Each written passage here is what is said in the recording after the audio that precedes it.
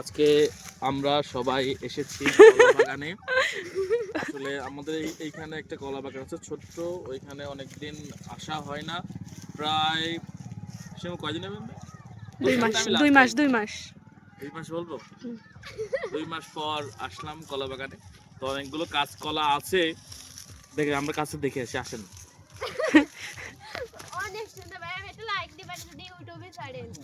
শহরের নতুন ব্লগারের প্রথম ভিডিও এটা। সবাই একটু লাইক কমেন্ট করে শেয়ার করে দিবেন গাইস।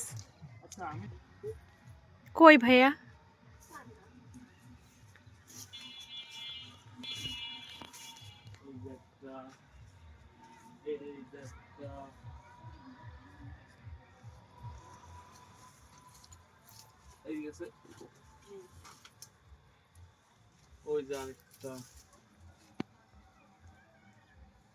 হিসাব করলে তো 7-8টা কলা বেরিয়েছে, সব এইগুলো তো প্রায় খাওয়ার মতো হয়ে গেছে।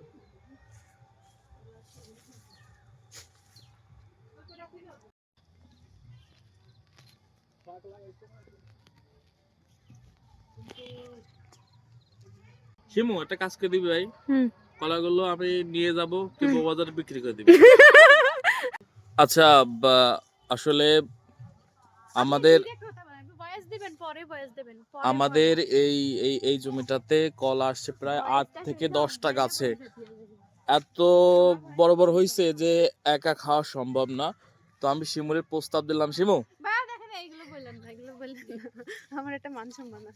না, শিমু যদি এগুলো বিক্রি করতে আমাকে সহায়তা করে তাহলে 50% শেয়ার ওর। অন্য কিছু করে ডাকবেন।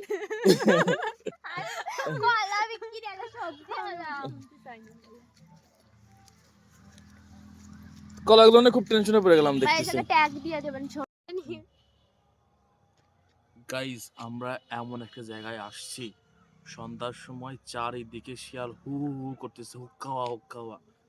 আমরা খুবই আতঙ্কে আছি। আর আমরা এসেছি এখন শিয়ালের কাছে মুরগি বর্গা দিতে, আর আমাদের মুরগি হচ্ছে